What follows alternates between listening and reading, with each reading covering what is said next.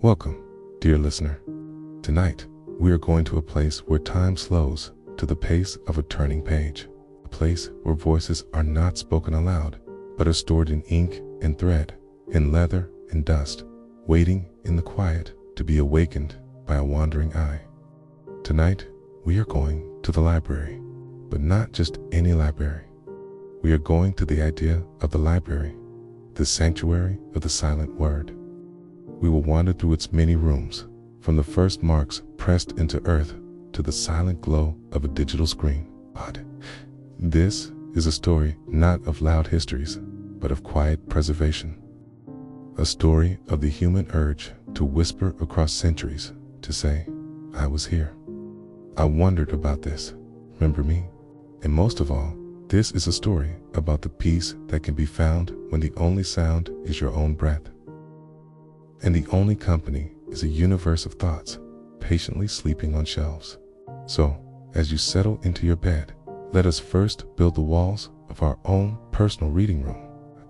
In your mind's eye, see the walls around you, not as plaster or brick, but as tall, graceful shelves, made of a dark, warm wood, perhaps oak or cherry. They stretch up into a soft, shadowy gloom above you. The floor is a deep, quiet carpet, the color of forest moss. The air is cool, still, and carries a faint, familiar scent, the sweet, dry perfume of old paper with a hint of leather and wood polish. This is your chamber of peace, your cranial library, okay? And here, you are both the sole patron and the gentle librarian. Take a deep, slow breath in, okay? And imagine you are breathing in that quiet, bookish air. Cool, dry, and full of potential. And breathe out, releasing any noise, any chatter, any of the day's loose papers, letting them settle onto the silent floor. Feel the immense quiet of this place. It is a quiet that is not empty, but full of stories, resting. It's full of knowledge, sleeping. It is a living quiet. You are safe. You are in the quietest room, okay? And our story begins not with a book, but with a mark in the dark. Our first room is not made of wood, but of earth and fire. It is dark, close, and profoundly still. Imagine you are in a temple complex in ancient Mesopotamia over 5,000 years ago. The air is thick with the smell of oil lamps and damp clay. A scribe sits before a soft, wet tablet of clay. In his hand, a stylus sharpened reed. He does not write. He presses. With focused care, he pushes the triangular tip into the yielding surface, creating a series of wedge-shaped impressions. Cuneiform, okay? Each cluster of marks is a word, a number, a record of grain, a star's movement, a prayer to a god. This is the very beginning of the external memory. The first moment, a thought left a human mind and took physical form in order to outlast the thinker. The sound is a soft, wet thump, thump of pressure. Then, the tablet is left to dry in the sun or fired in a kiln, becoming a piece of the earth itself, permanent. To hold such a tablet is to feel its cool, gritty weight. It is thought made pottery. Far away in the dry heat of Egypt, another medium grows by the Nile, the papyrus reed. Its pith is sliced, layered, pressed, and dried into smooth, creamy sheets. On these, with a brush and soot-black ink, scribes paint the graceful picture words of hieroglyphs. These sheets are glued side to side and rolled around to wooden rods, creating a scroll. To read it, you unroll with one hand and roll with the other, a continuous, gentle unveiling. The sound is a soft, dry unfurling, like a very slow wave on a sandy shore. And then imagine the greatest library of the ancient world, the Library of Alexandria, a whole district of a city dedicated to containing all the books in the world. Scholars walked its colonnades, pulling scrolls from numbered shelves, the first library catalog. The air would have smelled of papyrus, cedar wood from the storage chests, ink, and the sea breeze. It was a temple to the collective mind. Its eventual loss was not just a fire. It was the fading of a million soft, whispering voices into a profound, historical silence. Yet, the idea it represented, the yearning to gather all knowledge in one quiet place, never died. Now, let us travel to a place of deliberate cold and silence. A medieval scriptorium in a European monastery. Around 1100 AD, it is often the only heated room in the complex, but the chill still seeps in from the stone walls. Here, silence is a holy rule. The only sounds are the scratch of quills, the gentle grinding of pigments in stone mortar, and the slow, rhythmic breath of the scribes. These men are not just copyists, they are prayer fleets. Their work is devotion. They make their own materials. They take the skin of a calf or a lamb and, through days of soaking, stretching, scraping, and drying, transform it into vellum, a surface so smooth and strong it seems almost luminous. It is cool and slightly greasy to the touch. Then, the quill from a goose or swan feather is carefully cut. The ink, often iron gall, is made from oak galls, iron salts, and gum arabic. It starts brownish but oxidizes to a deep, permanent black on the page. And then, the most patient art of all, illumination. A junior monk, perhaps, tasked with painting the great capital letters at the start of a psalm. He grinds a piece of lapis lazuli, brought from mountains in distant Afghanistan, into a powder of celestial blue. He mixes it with egg yolk to make tempera. With a brush of a few squirrel hairs, he lays down a field of ultramarine, a color so precious it was worth its weight in gold. Then, he applies gold leaf, breathing gently to make it adhere, burnishing it with a wolf's tooth until it shines like captured sunlight. This is not decoration, 'tis a visual hymn, a way of making the word of God glow from the page. The work is achingly slow. A single Bible could take a team of scribes and illuminators years to complete. They worked by daylight, their whole world confined to the small rectangle of vellum before them, a universe of patience and precision. In your own quiet library now, imagine such a page, not reading it, but feeling its reality. Slight warp of the vellum, the raised, tactile ridges of the ink and gold leaf, the incredible, silent labor in every curve of every letter. This book was not meant to be read quickly, but to be contemplated. Its pace is the pace of meditation. It's the pace of deep, restorative sleep. Breathe in the cool, mineral scent of stone and ink. Breathe out the slow, patient pace of the scribe's hand. You are learning the rhythm of preservation. It is a slow, careful heartbeat. For 1,000 years, books were singular, priceless, handmade objects. Then, in a workshop in Mainz, Germany, in the mid-1400s, a man named Johannes Gutenberg combined a wine press, movable metal type, and oil-based ink. In the world of knowledge, cracked open with a new sound, the thunk-clack of the printing press. Imagine the rhythm.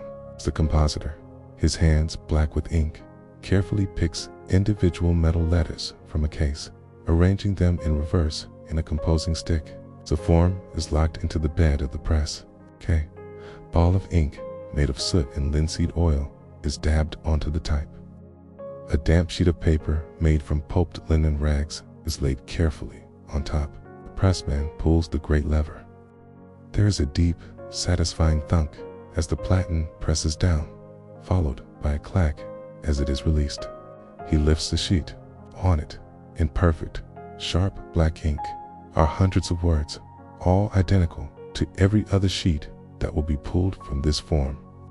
Where a scribe might take a year to produce one Bible, the press could produce hundreds in the same time. The sound of the press is not a solitary scratch, but a mechanical, reproductive heartbeat. Thunk-clack, thunk-clack. The smell in the workshop is intense. The sharp, organic temps of the linseed oil ink, the damp, fibrous scent of the paper. This invention changed everything, but it did not kill the book's soul. It multiplied it. The codex, the book as we know it, with pages bound along the spine, became the standard. It was private, portable, and personal. You could flip to any page, compare passages, hold it in one hand. It invited a new, intimate relationship between reader and text.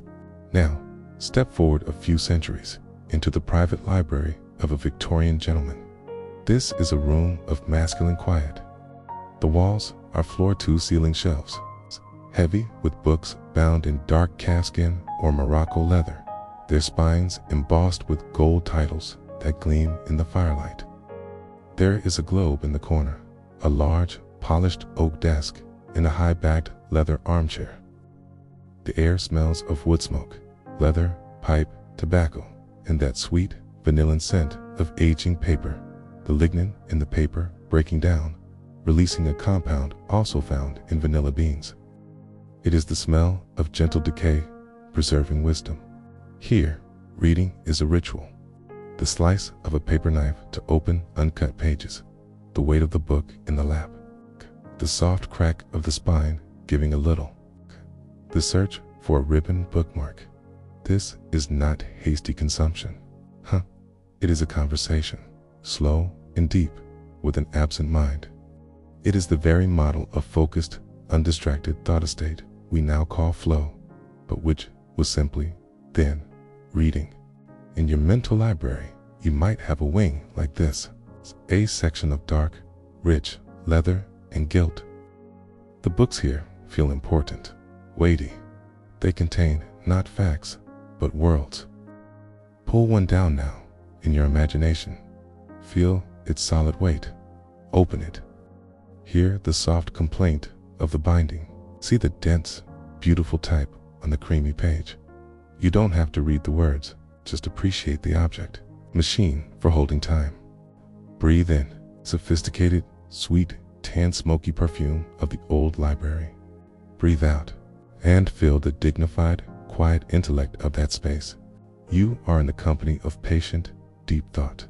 Let us now visit the modern cathedral, the great public research library. Imagine the reading room of the British Library in London, or the main reading room of the Library of Congress in Washington. You enter into a vast, circular, or domed space. The scale is breathtaking, humbling. Balcony upon balcony of books rise around you, a vertical landscape of knowledge. The ceiling is a distant fresco or dome. The light is soft, diffused, perfect for reading. The silence here is not merely the absence of sound. It is a positive presence. It is a thick, respectful hush, woven from the concentrated attention of hundreds of minds. The only sounds are the distant, muffled footsteps of a librarian, the faint, rhythmic squeak of a microfilm reader, the nearly inaudible sigh of someone lost in thought. It is a silence that feels collaborative, sacred. You whisper not because you are forced to, but because you would not dare violate this collective temple of thought. Here, the book is one of millions. It is part of an organism. It has a call number and address in this city of words. The librarians are its guardians, moving through the stacks with quiet purpose, retrieving a requested volume with gentle, almost reverent hands. To sit here is to feel both tiny and connected. You are a single mind, drawing from a reservoir containing the intellectual labor of all of humanity. It is the most peaceful feeling of belonging imaginable. And then there is the final ironic transformation, the digital archive, the library without walls. The book becomes pure information light on a screen.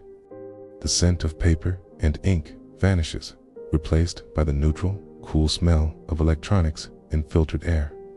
The sound is the gentle tap of keys, the almost silent hum of servers in a climate-controlled room.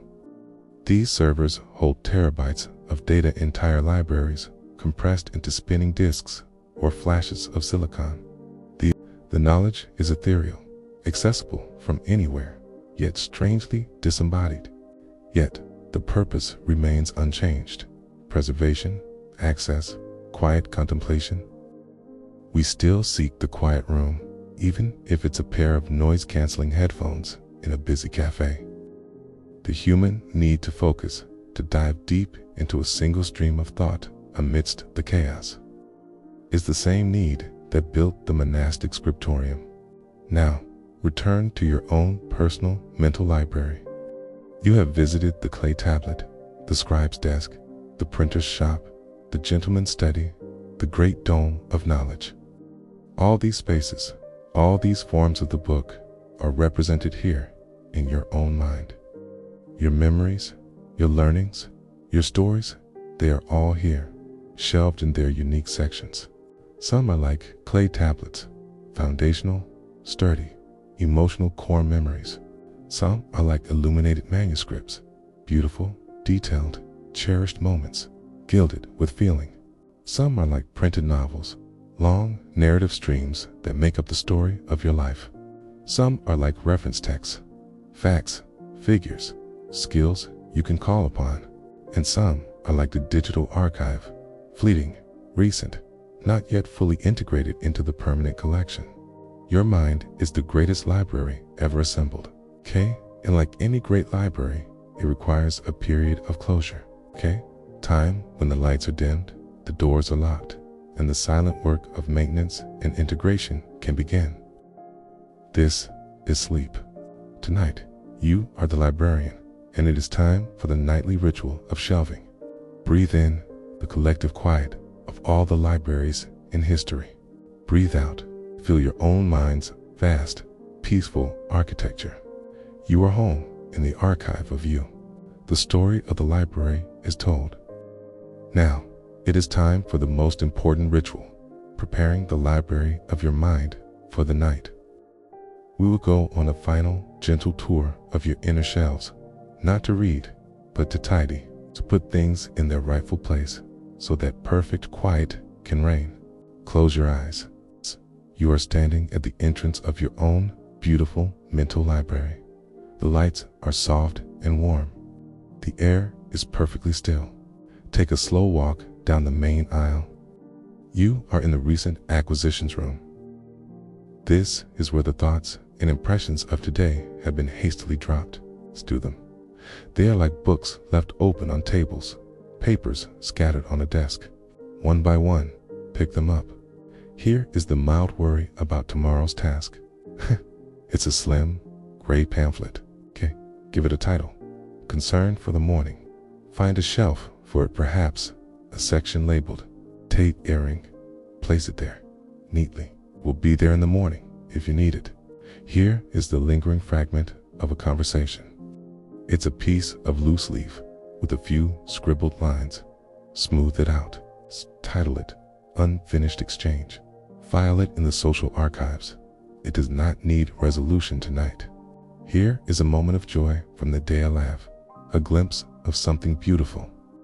It is a small, illuminated card, glowing softly. Give it the title spark of today. Place it carefully in the moments of light display case. Let it glow in the dark. Walk further into the older stacks. Koya, you might pass a memory that tries to call out to you on old regret, an old hope. Acknowledge it. You see its spine on the shelf. It is already cataloged.